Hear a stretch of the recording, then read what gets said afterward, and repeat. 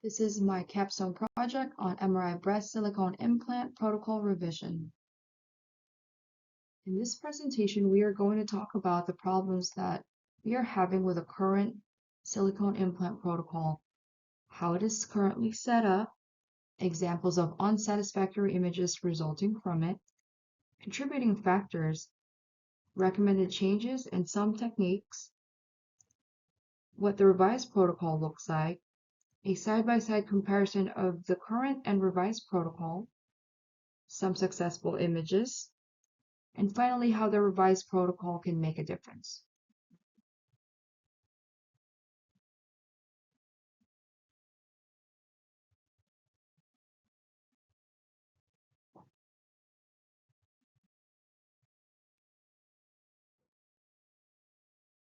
Due to the current MRI breast silicone implant protocol, there are inherent challenges with the exam time, negative effects on patient comfort, and irregular diagnostic quality. This is our current silicone implant protocol. It has 7 main sequences, 3 of which are about 5 minutes each, and the rest are about 3 minutes each. Breast MRI is done prone, with both arms up extended above the head. This is preferred so that the breasts fall in natural profile for a more uniform look when imaged. Breast MRI screening protocol with contrast currently takes approximately 12 minutes to acquire without any repeated sequences. The diagnostic protocol takes about 23 minutes.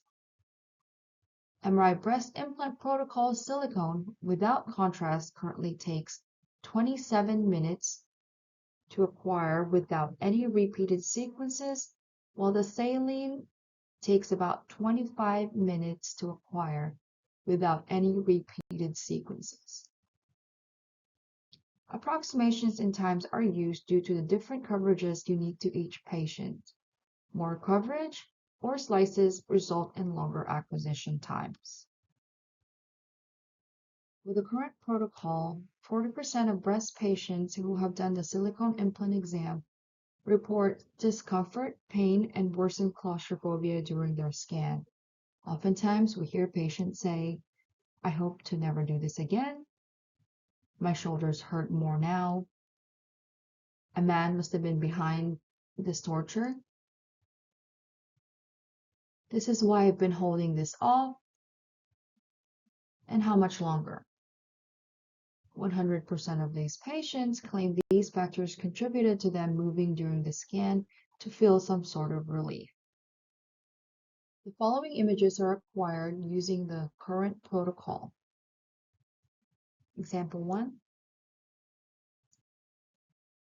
Axial stir water sat right bright.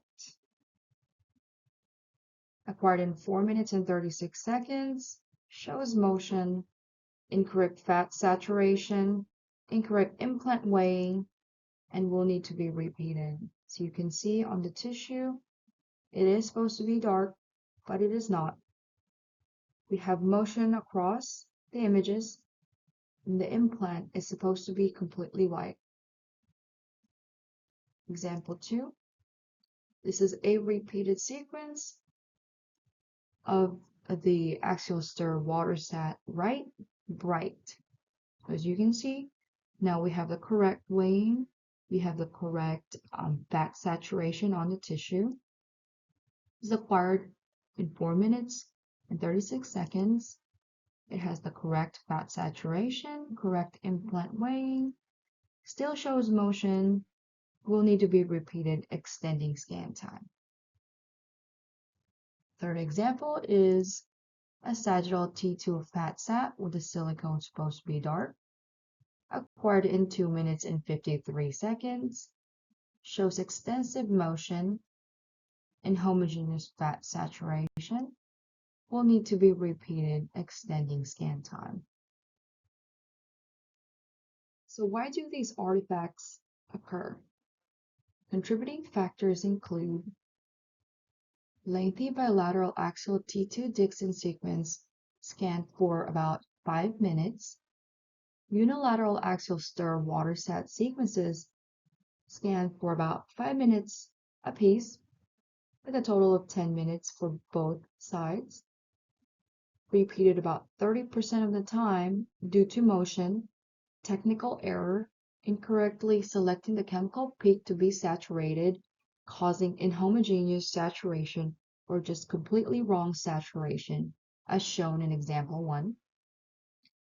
Sagittal T2 fats at silicone dark sequences are usually repeated 30% of the time due to inconsistent fat and implant saturation, confusing chemical peaks, leading to technical errors by selecting the incorrect peak to saturate.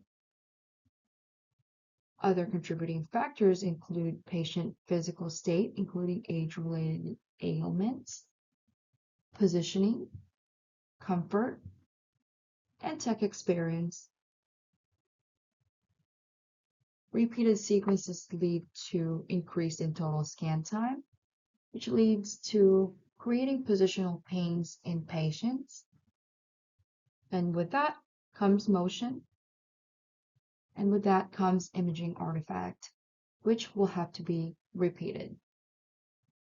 The cycle continues on.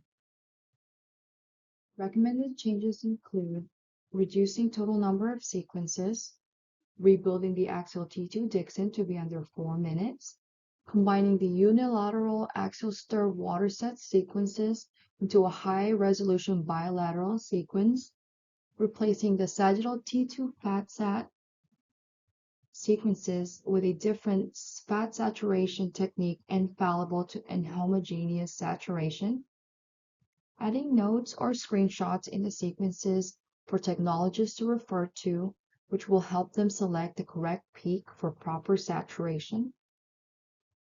Additional techniques include decreasing the incline on the patient's positioning on the coil, creating a more even platform that avoids pain in the rib area, using the Siemens 18-channel coil if situations allow for it. And for patients whose shoulders are in pain, we suggest to leave both arms down by their side rather than stretching them above the head to avoid pain and motion during the exam. Consistent updates on the exam also helps. Continuing on with the recommended changes. This screenshot is for guidance. By placing this in each sequence, this will help select the correct peak to saturate. This is the 16-channel third-party breast coil without cushion. As you can see with the red lines, there is an incline that can produce pain under the breast by the ribs, as noted by the red arrow. This is now the 16-channel coil with cushion.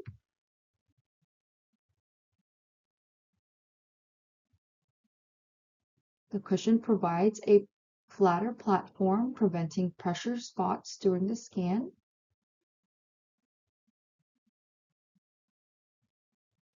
And this is the Siemens 18-channel breast coil.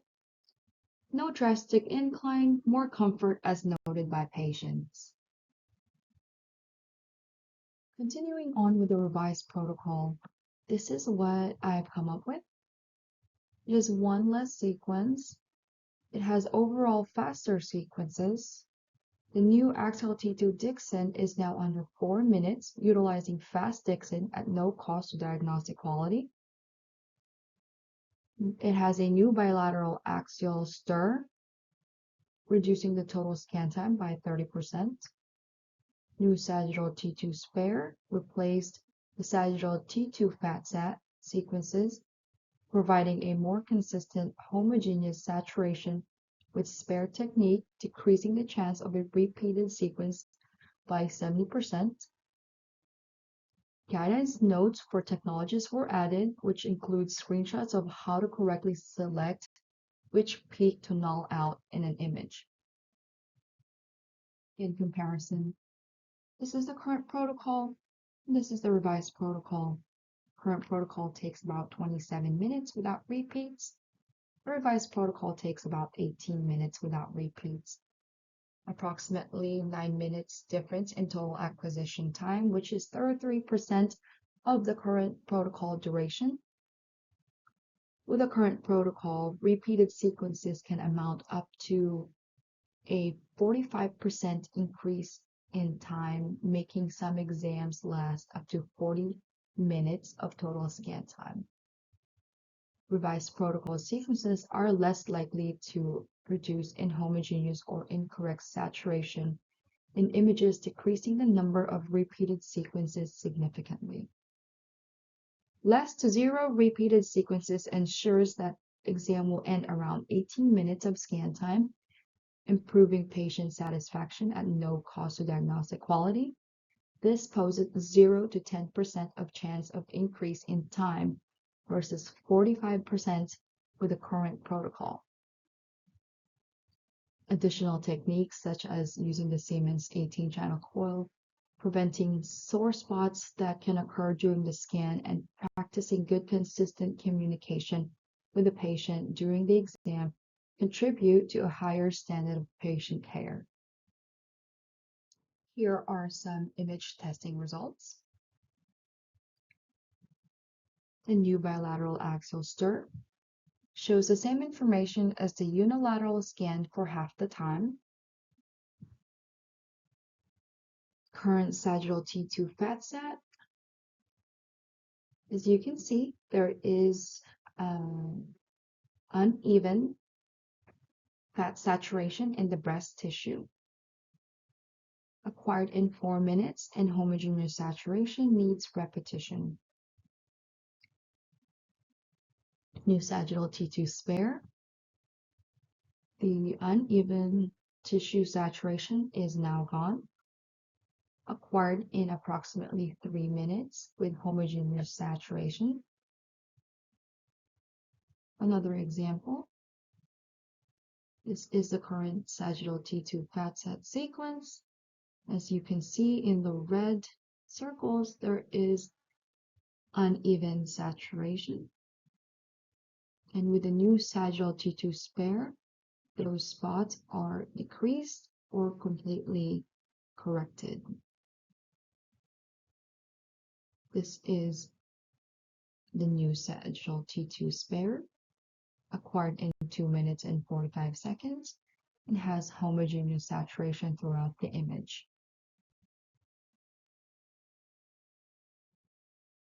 Although this project is currently ongoing, the sequences from the revised protocol that have been tested exhibited great potential to draw improvements in patient satisfaction without risking diagnostic image quality in a shorter time.